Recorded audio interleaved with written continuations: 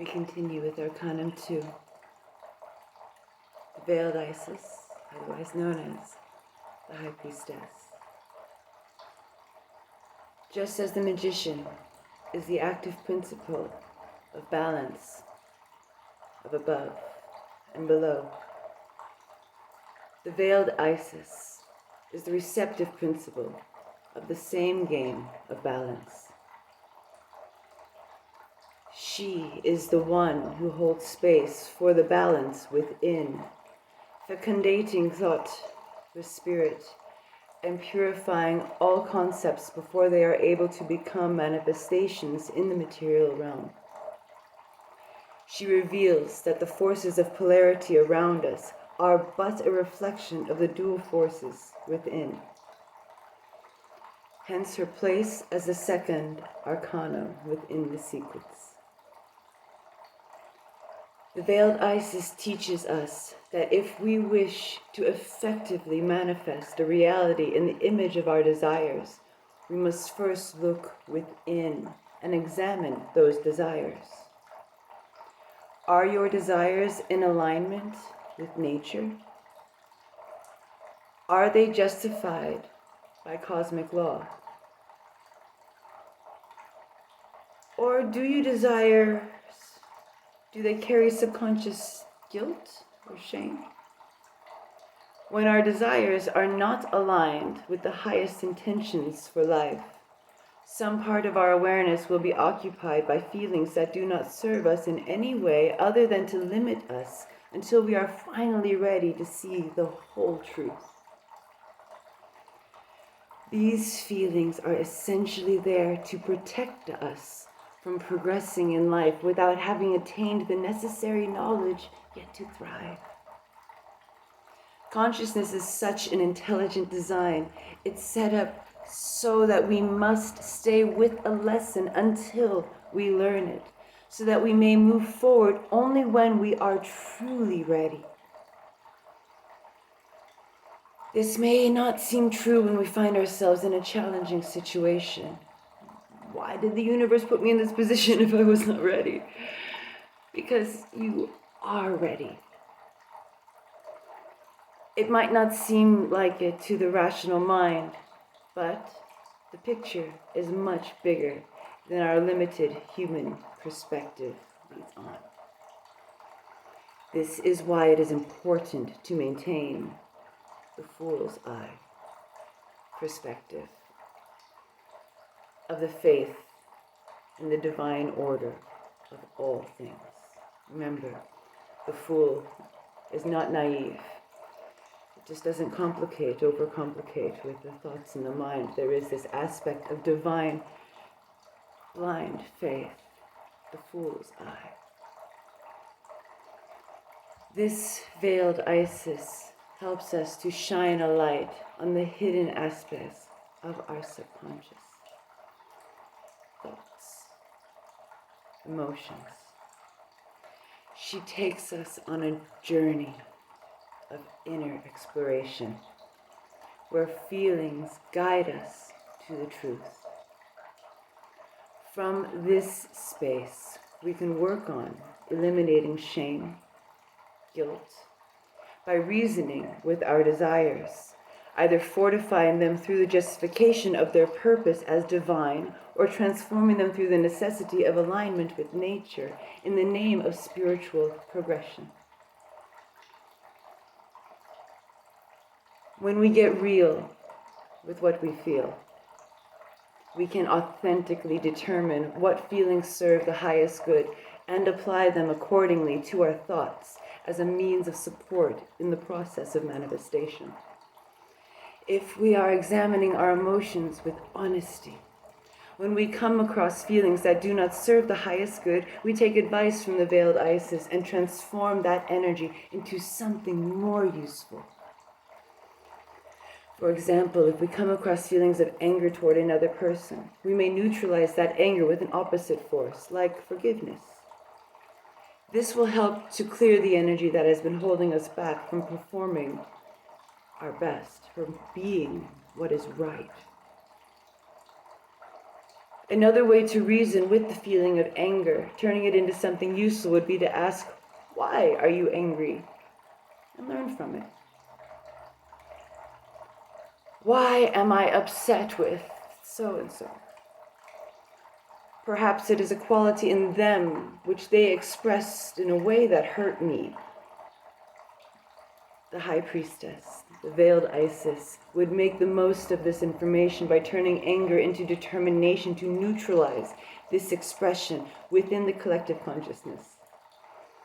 Use your anger to fuel a positive outcome for the collective, and you have succeeded in purifying your intentions.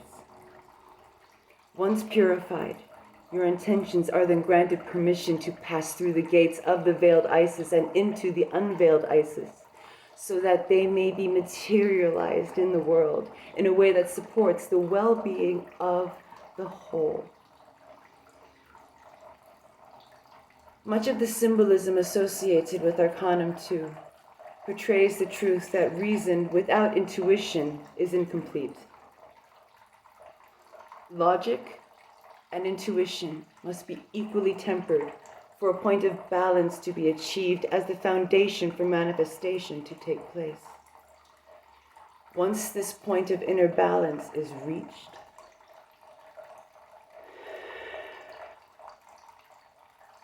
the universe is ready to reflect it back to you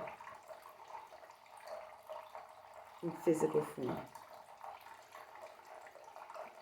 The veiled iSiS reminds us of the necessity to get clear with who we are inside so that the world outside of us reflects with the same clarity. The degree to which we confidently face our own reflection is the degree to which we may confidently face the world. The more that inner conflict is present, the more we will continue to experience conflict in the world. When we suppress our fears, anxieties, pain, and self-doubt, they manifest in our outer world as confusion and chaos. The more we muffle our inner voice, the more loudly our physical environment must speak to us in order to get our attention. The practice of looking inward is an inevitable part of existence.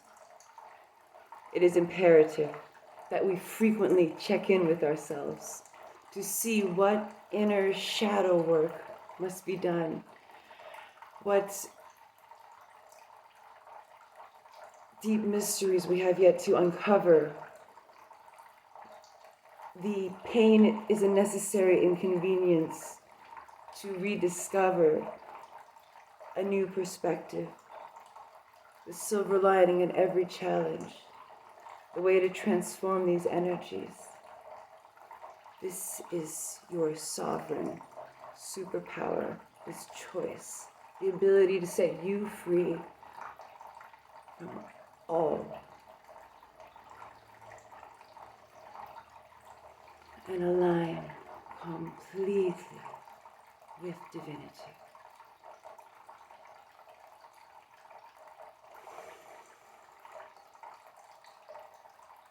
When we do not regularly turn inward, we face the risk of subconsciously enabling destructive thought programs, allowing them to enter our awareness. We must act like the veiled iSiS as a gatekeeper for what we are enabling into the sacred womb of our mind, so as to avoid the buildup of cognitive dissonance. However, the veiled iSiS is self-forgiving and understands that due to the fluid nature of consciousness, certain thoughts and feelings may enter through a side door. Therefore, she consistently surveys the mind, thoroughly evaluating its contents and discerning their purpose as it relates to the divine plan. She is both merciful and austere. She forgives unwelcome thoughts and redirects them for the highest good. We often find ourselves facing uncomfortable thoughts and feelings that may have been long hidden. The veiled iSiS guides us to make peace with these thoughts and feelings by reasoning with them, integrating them, giving them witness, disintegrating them, purifying them,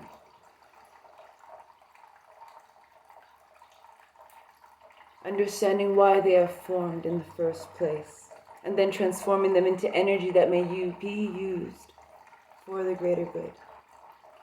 She shows us how to be our own mother and father, promoting our innate ability to navigate challenging and overwhelming emotions, channeling them into constructive habits. These rituals.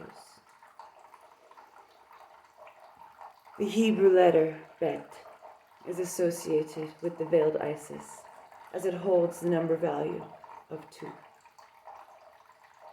The Bet is a summary, a symbol which contains all of the wisdom within ARCANUM 2, the veiled iSiS. The Hebrew letter Bet is symbolized by a house, a tent. It is a container for the One, the divine creation. In regard to ARCANUM 2, it is pointing out that the body is the vessel for spirit to enter, and the mind is the container for truth. We need only look within our own being to find what we seek.